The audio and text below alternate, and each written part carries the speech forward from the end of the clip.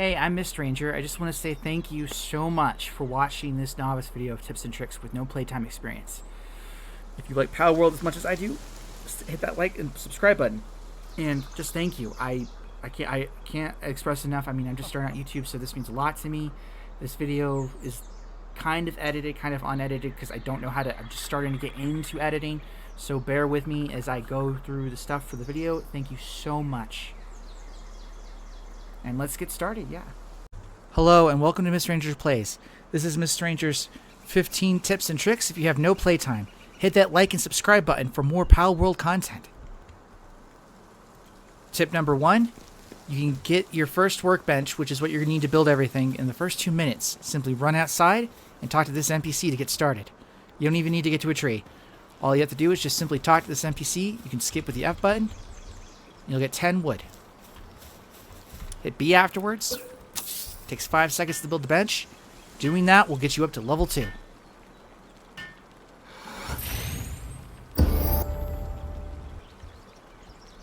Novice trick number 2. You're going to want to select the PAL box. This will set up your base. And this will let you get your Pokeballs. This has limited storage, but you can place a few wooden chests everywhere. And your campfire will keep you warm at night.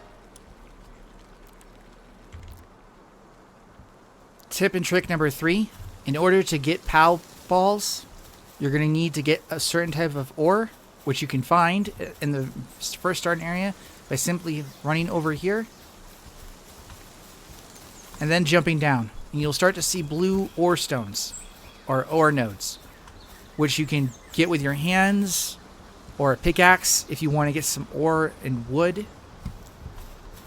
Just simply smack it with the left mouse click and you'll eventually get some. The next tip and trick is when you build something, there's a slot for usually everything.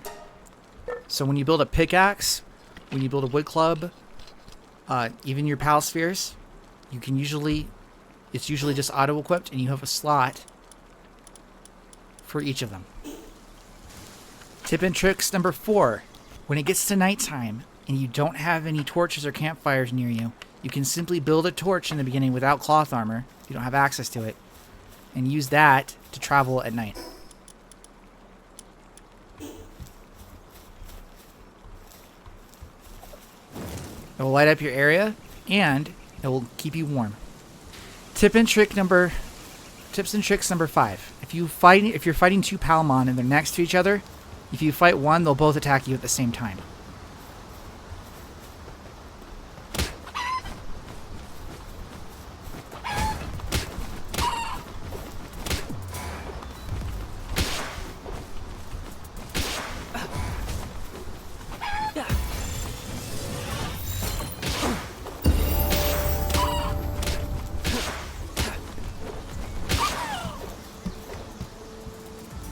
Tip and trick number 6. There's a stone here that you'll find. They're called effigies. You'll see them around the map. These will increase your capture rate when you build a statue of power. And then you feed these to the statue of power to increase your taming rate. Tip number 7. Build a PAL box to not only store your pals, but res them when they get defeated.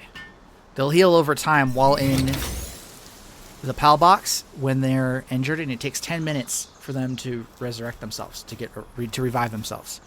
They'll also heal over time in your party. Tip and trick number 8.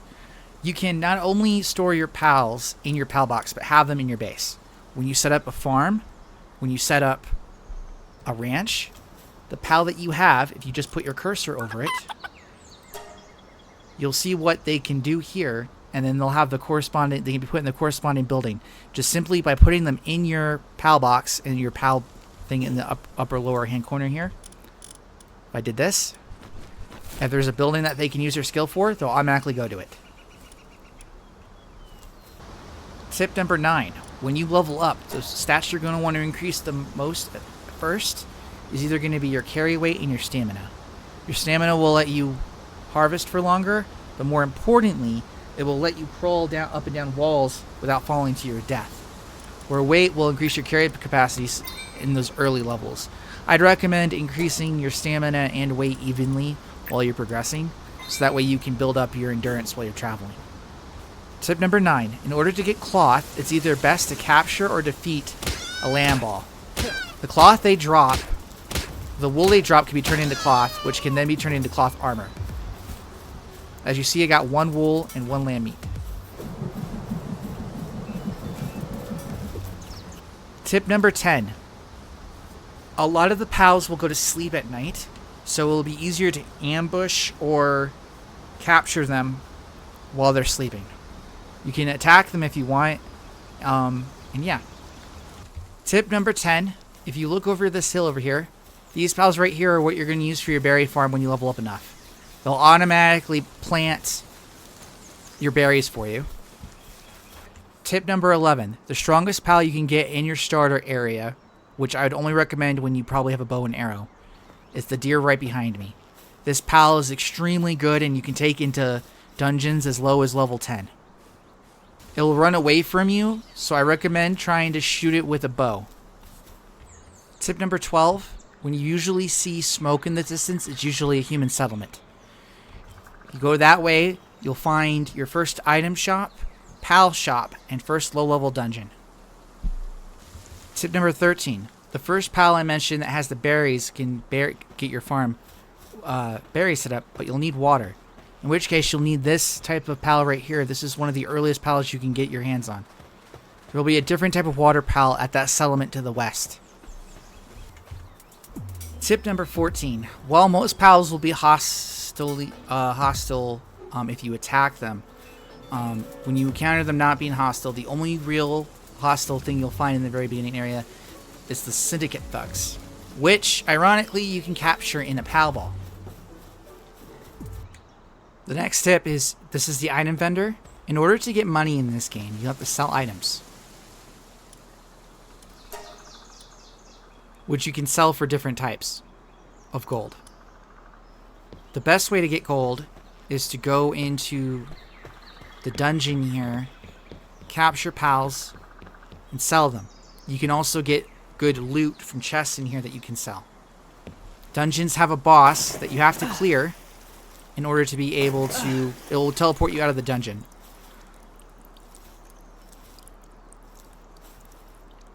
In order to clear it, you have to fight that boss. And as you saw, there's a timer on it, so it switches out occasionally. You also get out rare pals that aren't common outside of the dungeon in that area.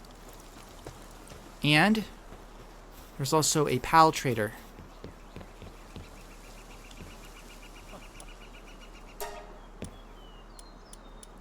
Whose selection will also refresh every so often. This is 15 tips and tricks and whatever for the thing. Hit that like and subscribe button. Thank you if you stayed through with the whole thing with me. I'm not used to making YouTube videos. I'm hoping to be good at it as I progress. So obviously, I mean, it's a work in progress. I'm going to get the experience doing it. So thank you for watching. And yeah, stay tuned for more videos later. Thank you.